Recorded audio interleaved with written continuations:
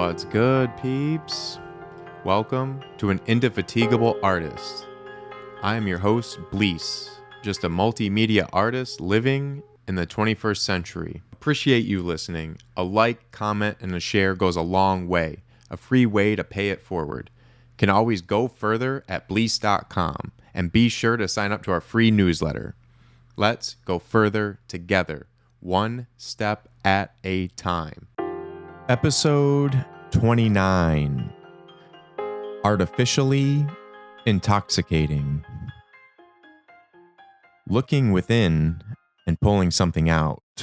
It's much harder than it sounds. Staring at a blank page can be a bit intimidating at times. What am I going to write? Does anyone even care what I have to say? When I go off on these tangents that I'm so passionate about. Been recently struggling on focus, and I know it's because of social media, but it's hard when that is what I do, create content for myself and others. It's hard not to want to check all the apps all of the time. How is this post doing? Maybe I should have posted it differently. This doesn't go for all of my posts. For myself, they're not all well thought out or anything, but some, especially on YouTube and TikTok, are ones I hope I am applying what I'm learning to these posts and trying to make them get more outreach. I watch videos or live streams from guys from vidIQ. Great channel with a lot of YouTube insight. Want to give them a shout out as I've been watching their live streams. And they put out a lot of helpful content. And during their live streams, they answer questions from the community. It's really cool to see. And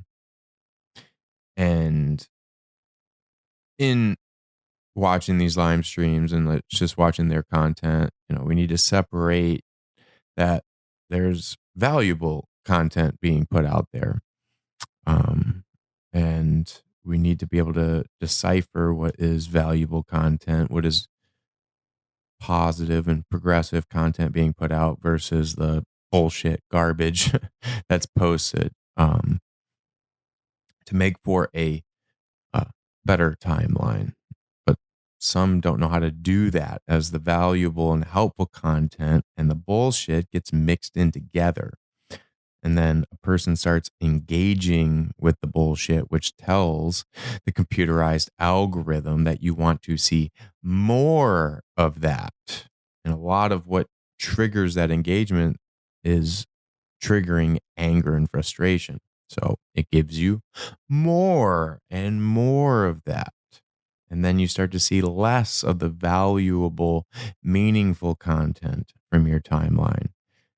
Now apply this to years and years of seeing this bullshit garbage content. It starts to really have an effect on your thinking. Even if you're aware of it happening, it's tiring. And they do make these apps purposefully addictive. They want you constantly on them. And it's hard. It's tough when you're trying to create content and you love like the art of it, and you're trying to bring some emotional intelligence to the timeline, trying to find that balance. It's all about balance at the end of the day, of balancing it out. And it can be a struggle, especially when you start to feel that imbalance, and it throws off the rest of your life, really. It's a domino effect.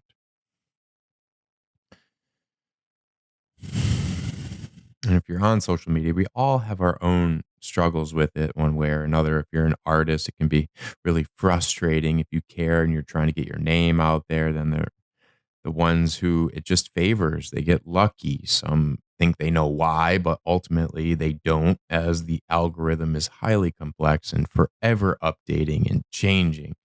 They can say what works for them, but that doesn't necessarily mean it's going to work for you.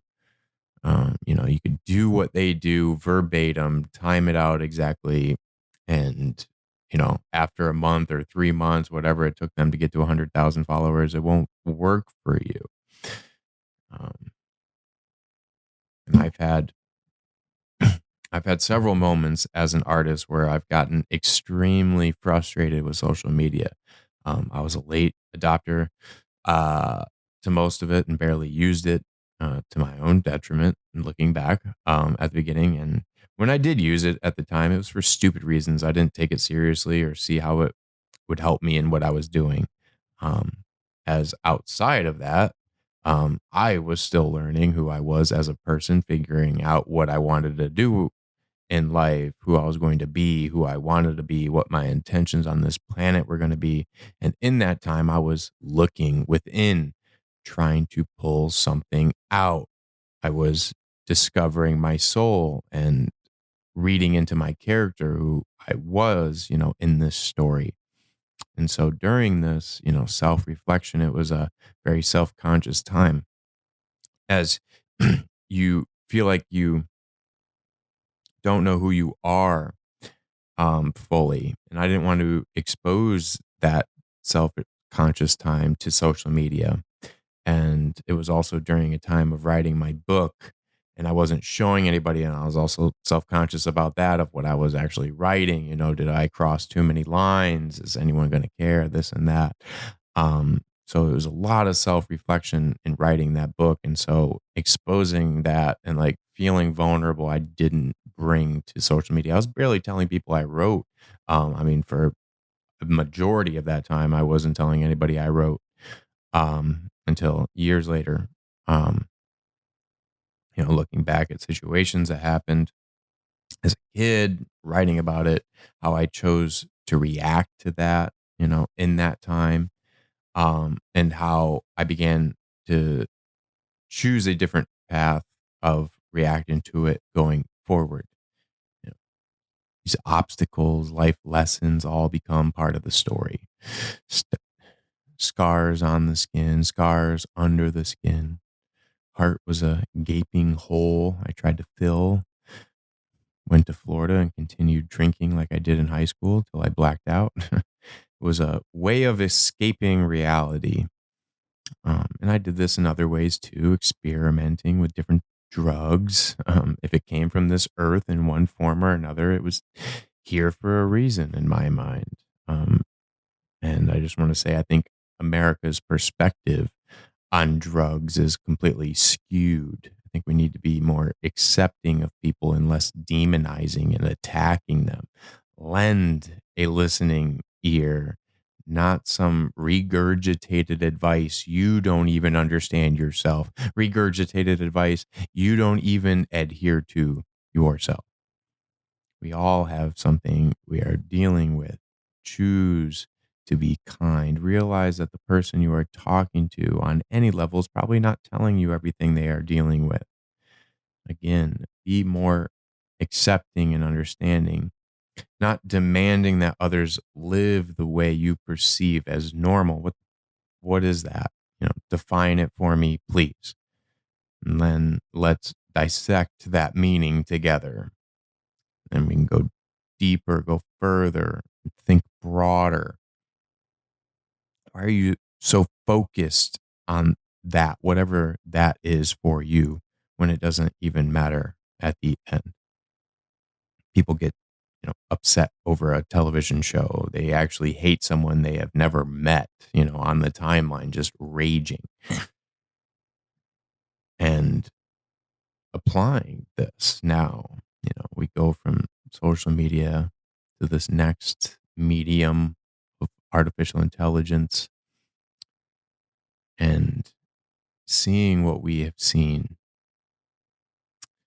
uh, with these bot accounts that are just computers getting hundreds of thousands of followers, if not millions. They just keep creating on Twitter and Facebook and share these memes and these posts, and it's all just computers running these.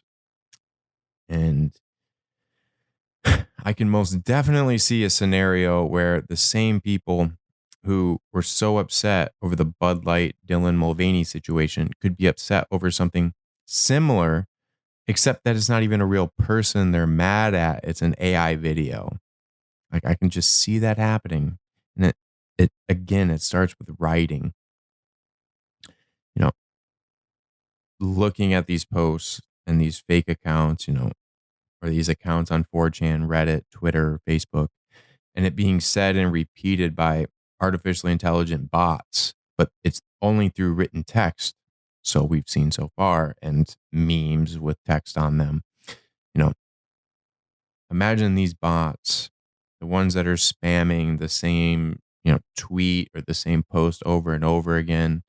Um, they're able to actually get different topics trending this way, able to dupe hundreds of thousands, if not millions of people into following them and sharing their content, thinking that this is a real person tweeting this. Yeah, it's a computer with all these texts and memes. Now, take that to the next step with AI video, where you would see someone that looks like a human saying this text that they've been programmed to say. They'll be able to have video and what looks like an actual person reading that script. Um, and really, what's the difference between that and what we see now with Sinclair local news? They're all giving the same script to read to these different news anchors across the country, and they read it as it carefully implants little words and phrases in the script that casts a certain narrative about a topic, and it's highly effective. AI videos will be able to apply this on social media and be way more effective. I mean, think of this question too. Who is harder to deceive, an 11-year-old sixth grader or a 35-year-old lawyer? Which side of the political spectrum is going to be more gullible of false narratives? Again, look what we've already seen. What evidence do we already have to say this group of people are going to believe false narratives? The ones who will not be able to tell the difference between a fantasy and a reality. We're seeing the blurring of the lines time and time again. So many are not even conscious of it. Still blows my mind to see this in 2023, especially friends and family that I have posted about this very topic of watch out for bot accounts, seeing people share from these bot accounts, inputting their information to find out, oh, what character am I, or what, animal am I? Let me plug in all my information. And then a week later, oh, wow, I was hacked. Don't accept a friend request from me. It's just you don't even know what you're inputting. You're allowing access to your entire profile. To what? To something you don't even know. I still see it. I still see people on Facebook. And if you hear this fucking podcast, stop fucking inputting your fucking profile into these fucking sites, you dumb fucks. I'm sick of fucking seeing it. I'm so just done seeing people input this and then a week later saying that their account was hacked. I've seen it probably 5 times, 6 times this year that I can think of off the top of my head. Should just name these people. It's just over and over again, just getting duped at this point. Oh my God, it's so frustrating.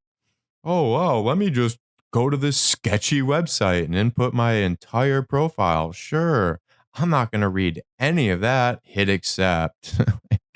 And why I get frustrated is because a lot of them, and we've seen this in the reports, of seeing these cyber attacks, that it can be friends of those people that get affected. It doesn't even necessarily have to be you going on that site. If you're friends with them, you can get connected to the spamware. And that's why I get frustrated. And that's why there's like this duty to warn, because it does have selfish intent, but also trying to help and trying to warn people to stop doing this. You're giving your information to someone in a different country that is going to use it for malicious purpose. It's just, Okay. They're the ones that are prime targets for this kind of attack. And also, there's a strong correlation between that and them separating from reality and going down these holes. And as an artist, I'm all about separating from reality as long as the person knows they are consciously doing so. You know that you are entering a movie theater to watch Barbie. You know this is fiction. The problem we face right now is that people don't know they are actually living in a fantasy. They have gone down the rabbit hole so far from objective truth into this fixed mindset where they are just hunkered down in this shelter and refuse to come out. They have a fixed mindset and refuse to change given new information. Imagine if our DNA did that over the course of human evolution. Imagine if we didn't evolve our thumbs. Where would we be without our thumbs? Certainly not at the top of the food chain as we are now. Where would we be without the ability to see various colors of visible light? Countless other changes that our code of information, our DNA, is what it is today because it has adapted and changed to the environment in a way that will ensure its survival. Continues to adapt, to change to new information, growth, mindset. What we have seen in recent geopolitical events and how they have been narrated by different countries is a perfect example of what is at stake. How will humanity choose to perceive the world? That is a serious question we have to ask, and we have to ask it and answer it right now. How will we choose to perceive the world? Because how we choose to perceive the world will be how the next evolutionary step of humanity will see it. And that next evolutionary step will be what we see as artificial intelligence. But it's not growing outside of us, it will be combining with humans with this technology, allowing people to live longer, as it already has been doing for centuries. Humans and technology are synonymous with each other. Wherever you find humans, you find technology. Traces of ancient civilizations are found in the technology they left behind. It's technology that has allowed humans to expand the average life expectancy so rapidly in the past 100 years and will continue to do so in the next 100 years. Ray Kurzweil says in his books that humans will be able to live as long as they want to live. He sees there being a point at which they may choose to end their consciousness. Imagine living centuries in a matter of a second here on Earth. How we choose to perceive the world. Time is also perception. Ah, you're an artist. Just shut the fuck up. I know. I know. I know. But I say it's artists that drive change. It's artists that drive the conversation, that can get people to face hard truths about their environment, about themselves. It's artists that can creatively speak truth to power, which is what I aim to do with my novels, Bleace, to talk about all of our situations allegorically. There's a lot happening right now. Sometimes decades can go on and nothing happens. Then there are times where decades happen in a matter of minutes. How many drastic changes have we had in the past 5 years alone? Feels like it's going to take decades just to process that, but it's incessant. It's every single day. It doesn't let up. We can't let up. We can't just ignore it. It's not cool to talk about that. It's not cool to talk about that. Don't talk about that. That makes people uncomfortable. Good. Cross that line. It's time to be uncomfortable. Earth, Mother Nature is uncomfortable right now. She's uncomfortable and she's fucking pissed off. Storm after storm. Can't tell that she's a little pissed off with how we've been treating her for decades. Not giving a single fuck. Drill, baby, drill. There's nothing you can do about it. These problems are just too far away for me to be concerned with. That is bullshit. That's disrespecting yourself as an individual. It's belittling yourself as a human being on this planet. You know how astronomically rare that it is for you to be living right here in this moment? Take a second just to think about that. Memento mori. Remember that you have to die, that this has to end. Nothing lasts forever. Change is incessant.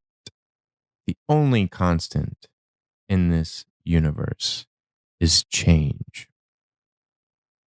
It feels like we're falling and falling and falling down a never ending hill, getting battered with one unprecedented thing after another.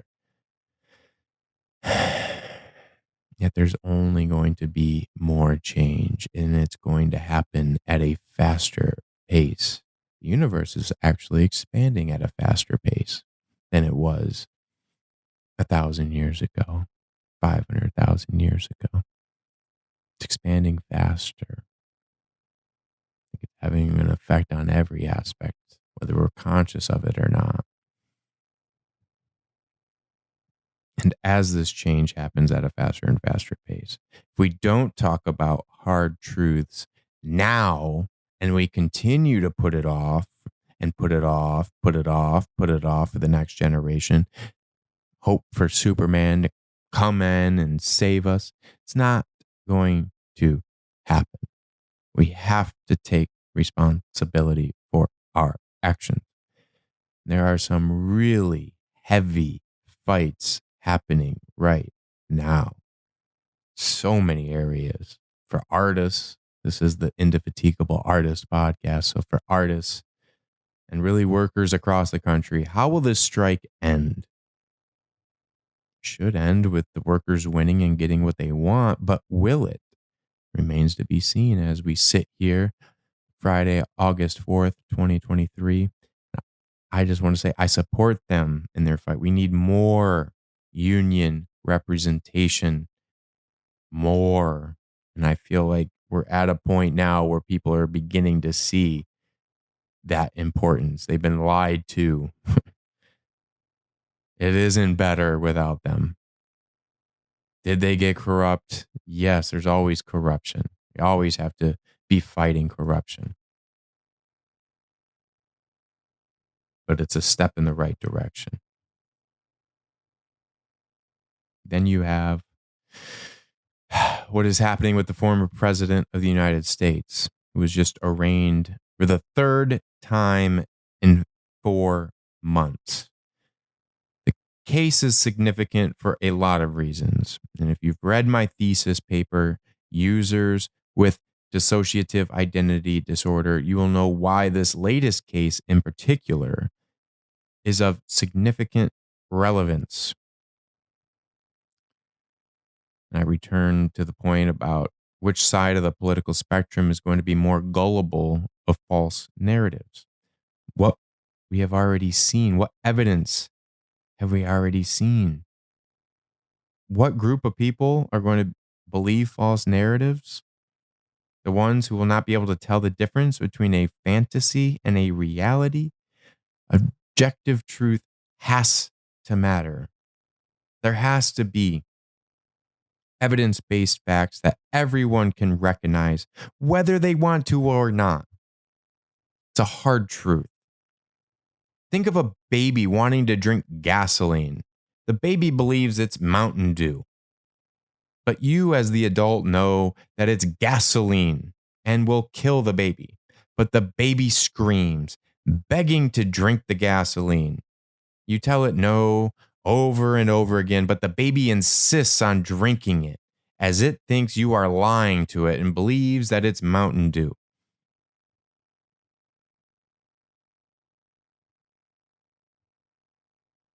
Will the next Dylan Mulvaney be an AI video, a person that doesn't actually exist?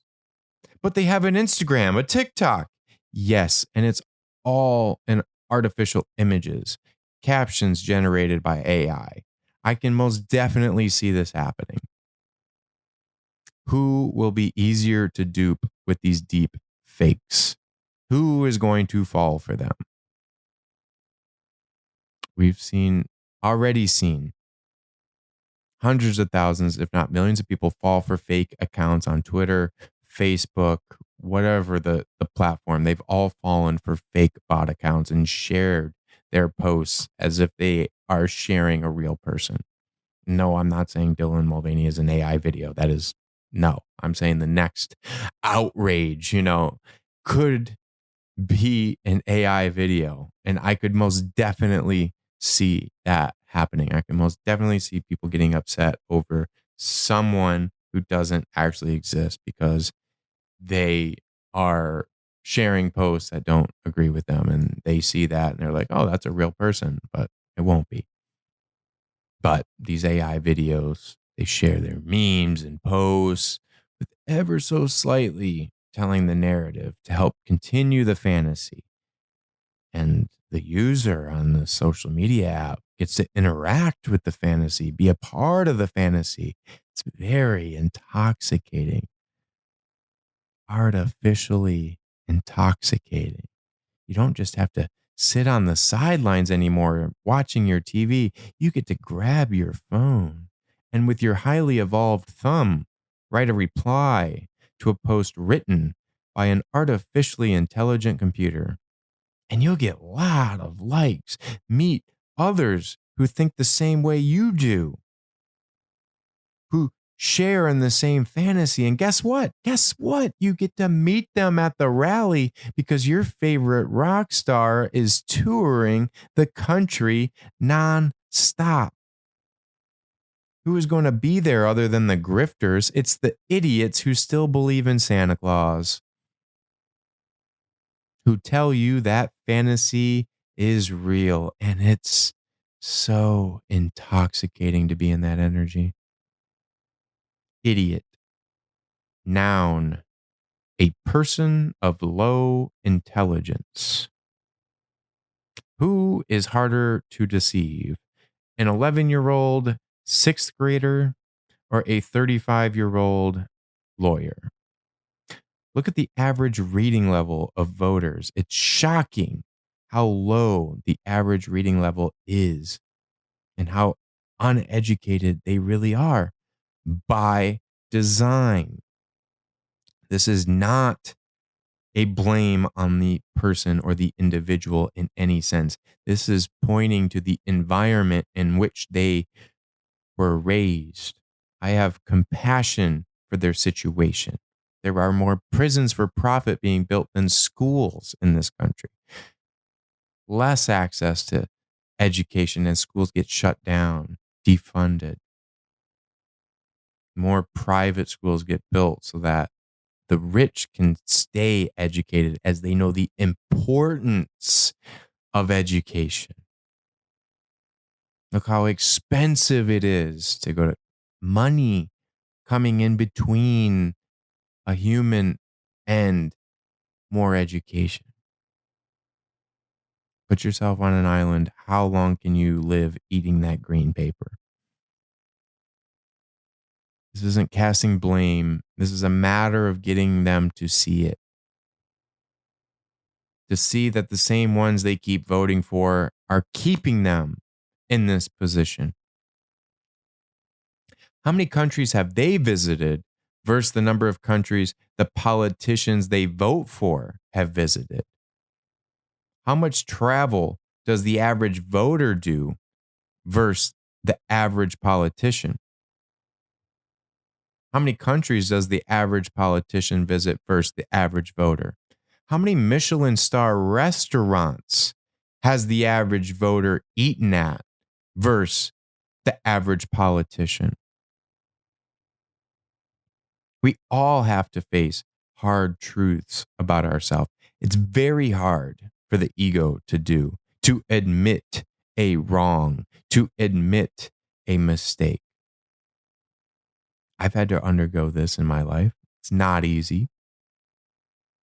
And what got me through it was art. It was creating, it was writing, it was designing, animating, painting, all of it. Self expression, letting it out,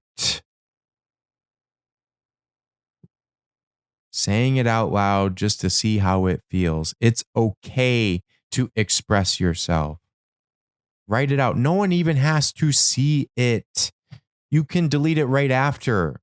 Write it, delete it, just to get it out. Let it out of your conscious. It's sitting there. You don't have to carry that anymore. And others need to lend a listening ear. We have to be accepting of others. Many of who continue to support the previous president are hurting. They're hurting and they don't know who to turn to for help. Their government, by design and by sheer greed, has deserted them. Corporations have deserted them, tore out the unions, pitted everyone against each other. As they say, competition, survival of the fittest. What they don't overly talk about is cooperation. Cooperation, and how Darwin talked about cooperation more than he talked about competition. To evolve requires cooperation. We have to cooperate with one another in order to progress. That requires everyone to face hard truths. To see that everyone as a collective has added to this storm we see brewing before us. Screaming at each other on the timeline, not even willing to have a discourse. We have to be able to communicate with one another. If we stop communicating, then we'll stop progressing in the same manner, which will matter as we take these next evolutionary steps that we're on the brink of. Technology that is going to continue to rapidly change our environment. Look at what has been deployed in this year alone. Technology that will have the power to magnify the problems we currently face. So if we think these hard truths are hard to face now, that they're too much to face now, will be even harder to face in the very near future. What are we going to do about that? Sit back? I'm supposed to sit back because I'm an artist. It won't matter it won't matter if I'm an artist if we don't have a sustainable environment. It won't matter if we go through a nuclear war based on lies and deceit. Who will be there to read my books? What will really matter then? I have hope for humanity in this time. We're at a very stark fork in the road. I'm not a doomsdayer or think we're on the brink of that, but like the people who, update the time on the doomsday clock, I keep an eye on it. And I say it with the recent war in Ukraine, it feels like World War III has already begun. I think most world leaders see that and don't want to raise the alarm as they all have financial interests and don't want to cause a panic in the markets before they actually have to.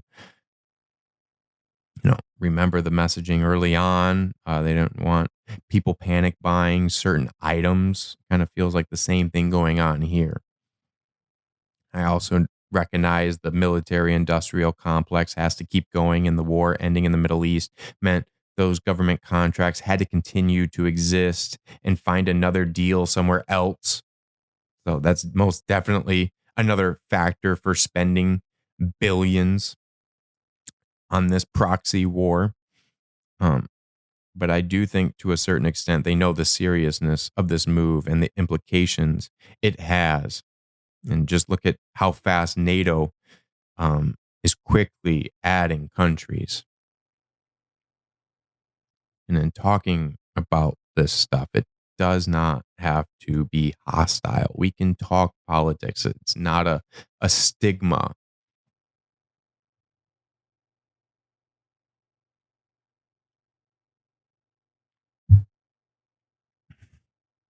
It's okay. It affects us all. You know, don't be one of those that, oh, I'm not going to vote because it doesn't matter. Yes, it does. If it didn't, they wouldn't spend billions every election cycle. We're at a fragile time right now. Lend a listening ear to someone you care about. Don't just cast judgment and push what you think is a normal way to live. This time that we're in, it pushes my pen. Uh, I say all of this because I care. Art is great and all, and I would love to just focus on that, but it means nothing if humans aren't living. This journey isn't long. It's right now and it's infinite. Go further, further into the future that lays itself out before you. And if this is my last episode ever, and one of those times that will be true. So I want to say it now because if not now, when? But I just want to say before I go one last thing. And if it's the last thing I ever say, I want it to be this.